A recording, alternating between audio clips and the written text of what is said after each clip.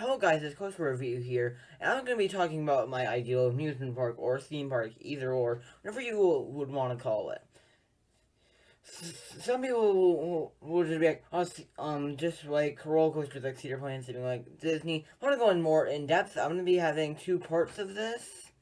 This one going into the what roller coasters and stuff have there, but then the part two will be what the lands would be like this when what their themes would be, like what dark rides I would have in the park and all that.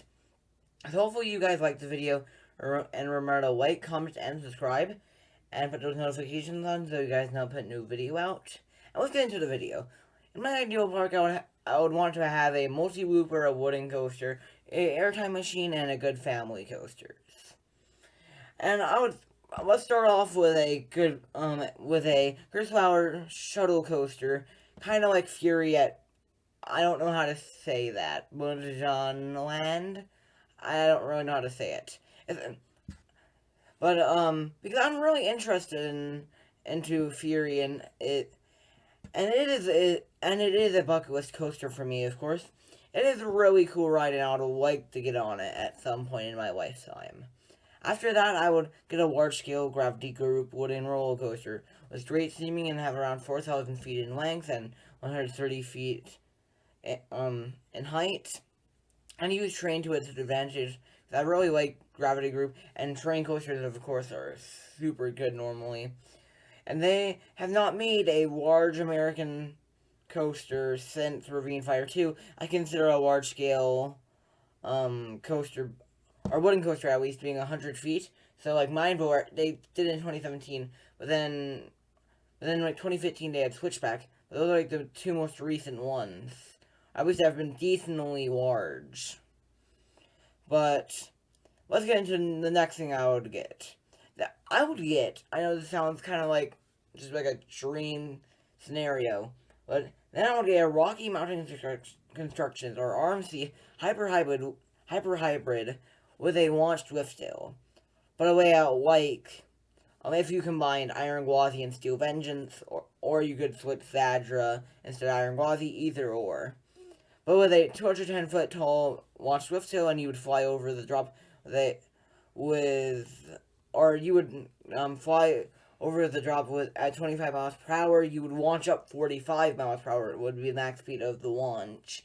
But then, of course, the launch would stop right when you get to the top, so you don't fly over the thing at 45 miles per hour.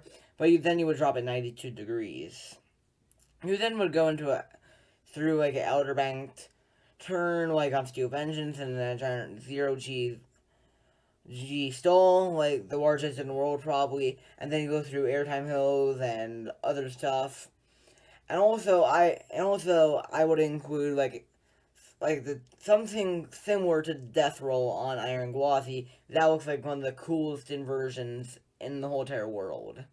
And it would go through the structure with small airtime hills, 0G rolls and overbank turns, kind of like Steel Vengeance's second half. And the ride would be around 6,000 feet in length, being the tallest, longest, and fastest hybrid roller coaster. So, yeah. But after that, for the family coasters, I would add a new Zamperla launched family coaster, like the one that they introduced at IAPA this year. And it had some intense moments, still be a family coaster, and not be too intense, of course, for the kids. But overall, it would be a fun, well-themed ride and be a good family coaster. Also, I would add a max spinning coaster, very similar to Sierra Sidewinder at Knott's Berry Farm, but have Cobra's Curse level seaming on it. Because I've heard that Sierra Sidewinder is a really good spinning coaster, even that it's geared towards families, but people like Airtime Throws and stuff say the ride is really good, especially for being a family coaster. But overall, it would probably be a very fun ride, and for a kiddie coaster, I would add a small modern Vekoma Mine Train, or like something like Seven Dwarfs Mine Train at Disney's Magic Kingdom, with it being well themed also. But the final coaster I would add is an Intamin Blitz coaster with elements combining like Terran, Conda, and Pantheon. Of course, Conda's not a Intamin Blitz coaster, but it is a newer Intamin coaster, and it would have elements like that. And it would have like in quick transitions and RMC inspired elements. I would have Terran level seeming, of course, and 3 launches at the different speeds, of course. But with the second 2 launches, or the second and third launch being very intense, and having a top out with a height of 170 feet, and I would have it about go around 75 miles per hour at the end of its third launch.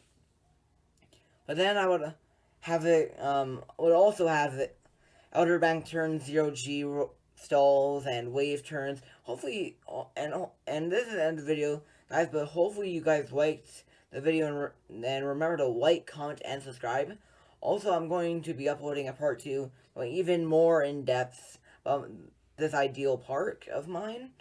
And you'll probably be seeing that in a few days, probably 1 or 2 days. Peace.